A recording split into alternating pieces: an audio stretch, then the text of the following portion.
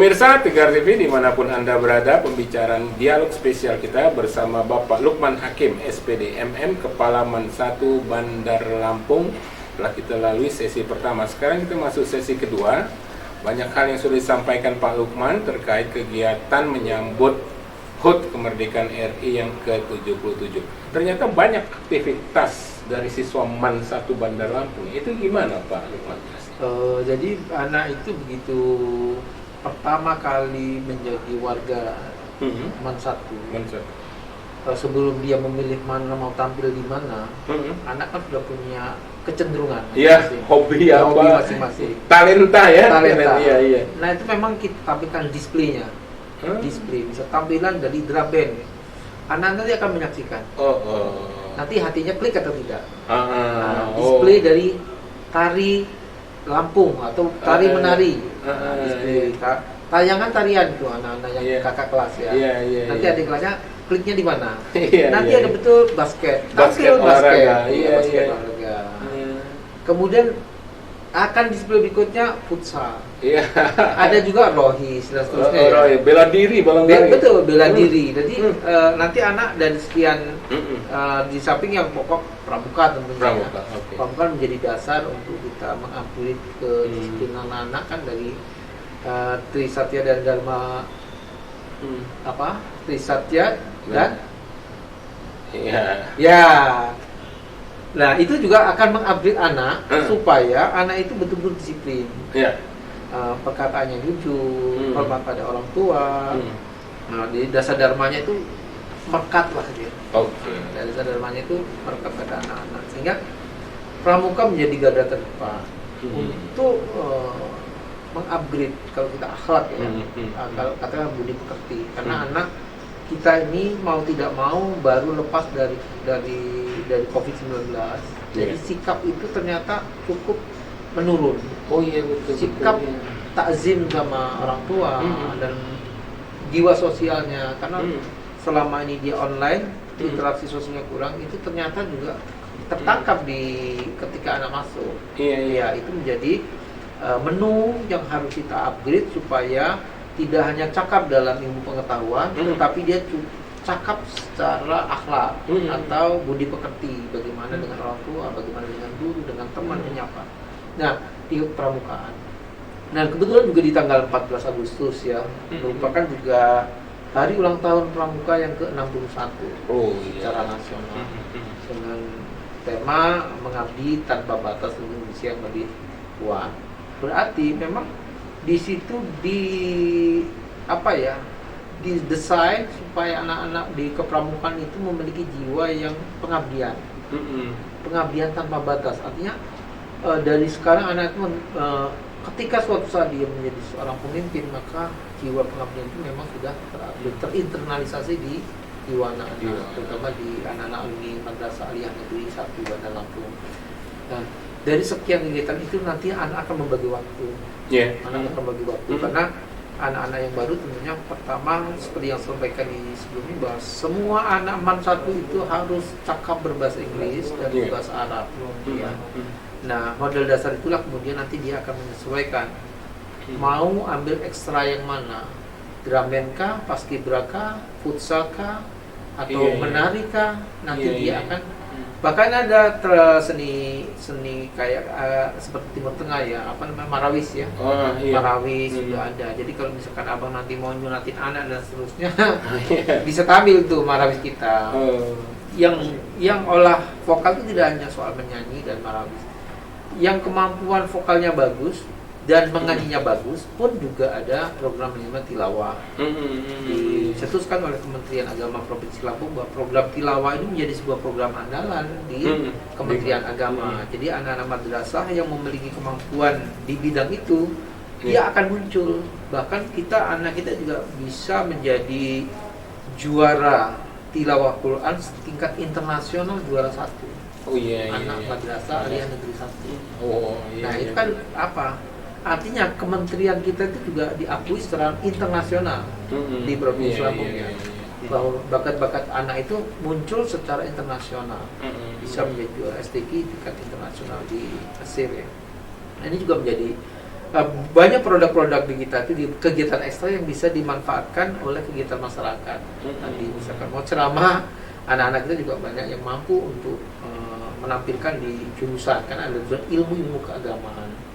Kemampuan dia untuk tabligh, untuk menginformasikan dakwahnya lewat media langsung maupun ceramah di podium juga anak-anak kita sudah siap. Kemudian juga anak yang memang kapasitasnya dia mampu untuk di hari Jumat jadi khotib. Anak-anak kita juga mampu sudah menjadi khotib di masjid di sekitarnya. Bahkan kalau bisa dikonversi dengan nanti dengan GMI atau seterusnya, anak-anak kita insya Allah udah siap. Gitu ya, Pak Lukman. Ini memang ada pendapat masyarakat bahwa anak-anak milenial sekarang ini benar juga kata Pak Lukman bahwa pentingnya pendidikan akhlak itu Pak Lukman. Anak-anak ini gimana komentarnya Pak? Ya, jadi gini, bukankah kita tahu bahwa soal kebenaran absolutnya suatu ilmu pengetahuan eksaktanya itu kan urutan yang ketiga sebetulnya. Yang pertama ya akhlak tadi. Akhlak. Tidak akan berarti apa-apa pengetahuan yang tinggi ketika akhlaknya juga tidak mengimbangi.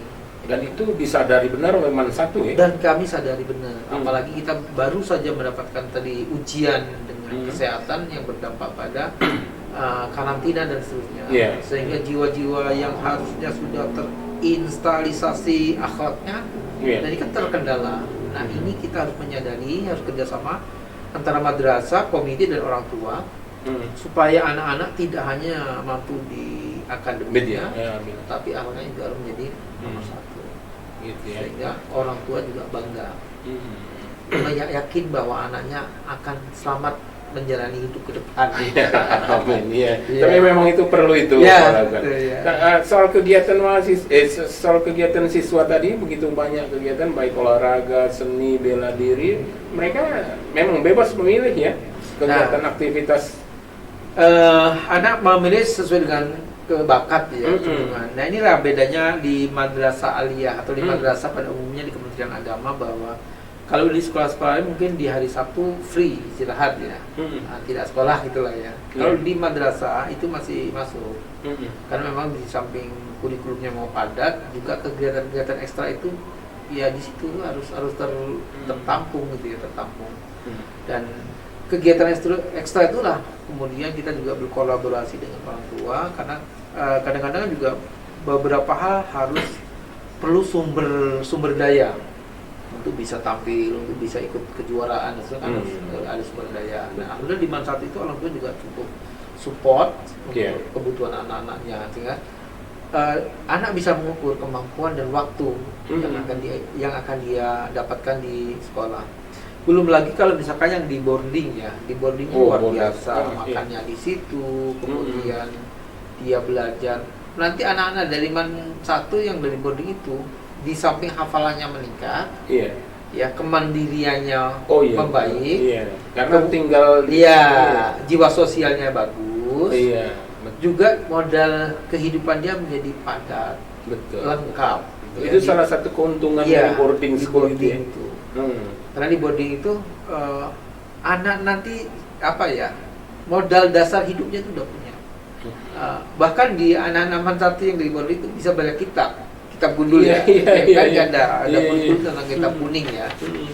Itu luar biasa, anak-anak aman itu bisa baca kitab tanpa harkat itu lancar gitu. Dan ke depan ketika dia kuliah di perguruan tinggi, apalagi di misalkan di Timur Tengah ya, anak-anaknya banyak di Timur Tengah, itu nggak menjadi kendala ketika dia membaca buku-buku literatur yang berbahasa Arab tanpa tanda-tanda harkatnya kita pelajari itu. Istilahnya Arab gundul atau Arab gundul. Itu menjadi modal luar biasa. Ketika memang dia harus merantau jauh dari orang tua, ya menyesuaikan bahasa komunikasinya cepat. Anak-anak boarding cepat. Dan anak-anak di boarding itu kesabarannya juga lebih bagus ya. walaupun awalnya kan kadang-kadang Ya, penyesuaian ya. penyesuaian karena keterbatasan harus ngantri, harus makannya tidak boleh over. Ya, dilatih disiplin. Iya, ternyata itu menginstalisasi anak itu menjadi mandiri dan jiwa sosialnya jadi muncul. Pak Lukman, saya dengar juga baru-baru ini katanya ada studi tour ke Bali atau gimana nih Pak? Dengan siswa atau gitu? Ya, jadi bahasanya bisa study tour, ada studi banding, ada, kalau di MAN 1 namanya studi kolaborasi. Studi kolaborasi. Ya, ini biasanya diberikan kepada anak kelas 11 atau anak 11 naik ke kelas 12, kelas pucung, karena di akhir itu anak untuk membuat laporan karya ilmiah. Nah, di samping itu juga memang anak-anak ini nanti ke depan kan akan ke perguruan tinggi. Betul. Nah, biasa di studi kolaborasi itu salah satu destinasi tujuannya adalah ke perguruan tinggi negeri yang favorit. Betul. Setelah hampir 3 tahun tidak ada studi kolaborasi di MAN 1, nah tahun ini dunia makin membaik. Makin bersahabat ya. Pandemi sudah melandai. Iya, pemerintah sudah mengizinkan untuk perjalanan jauh tapi tetap protokol tetap dijalankan. Nah, kita tawarkan kepada orang tua yang kira-kira tidak memberatkan, maka anaknya boleh mengikuti kegiatan studi kolaborasi ke luar daerah. Nah, kalau kita di tahun ini destinasinya adalah ke Universitas Gadjah Mada, ke UGM. Mampir juga ya ke Jogja dulu ya. Ya, kita disambut dengan para dosen di sana di sebuah auditorium dijelaskan tentang proses penerimaan mahasiswa baru dari beberapa jalur. Untuk UGM. Ada yang SNMPTN, ada yang SBMPTN, ada yang jalur mandiri dan seterusnya. Semua progres itu dijelaskan oleh pihak perguruan tinggi sehingga anak paham. Betul. Dan tidak hanya nanti di UGM, ternyata di perguruan tinggi lain juga produk cara masuknya juga ada beberapa cara, ada jalur. Ya, ada kesamaan. Sehingga juga membuka wawasan anak-anak sehingga dia akan cerita ke orang tuanya. Betul. Kalau mau jalur yang mandiri, jalur SBMPTN, betul. Itu kan menjadi ilmu yang tidak didapatkan di bangku kelas. Dan ketika dia memang cita-citanya di perguruan tinggi menjadi sebuah tujuan, ketika di kampus yang dituju kan menginspirasi. Melihat gedungnya saja itu sudah melekat ya. Saya memotivasi. Saya akan ada di gedung ini tahun depan. Ini menggugah semangat dia bahwa dia harus bersungguh-sungguh. Bersungguh-sungguh untuk bisa duduk di perguruan tinggi yang dicita-citakan. Itu fungsi kolaborasi. Nah, tetapi ada juga yang mungkin ada sebagian anak yang tidak bisa mengikuti karena suatu hal ya anak bisa membuat karya ilmiah tanpa harus kunjungan ke luar daerah. Nah, samping ke Jogja ya ada sedikit biar anak tuh tahu bahwa dunia ini ternyata luas, bisa mengaplikasi bahasa asingnya. Betul. Dengan tamu-tamu di Bali. Jadi mampu tamu-tamu asing di Bali. Bahasa Inggrisnya nyambung nggak? Harus latihan, harus dilatih. Ternyata walaupun malu-malu lah ya. Tapi ternyata setelah bicara sekali agak malu, kedua, ketiga terbiasa. Komunikatif. Itu kan sebuah latihan tentunya juga tidak terlepas dari sebuah pengawasan ya.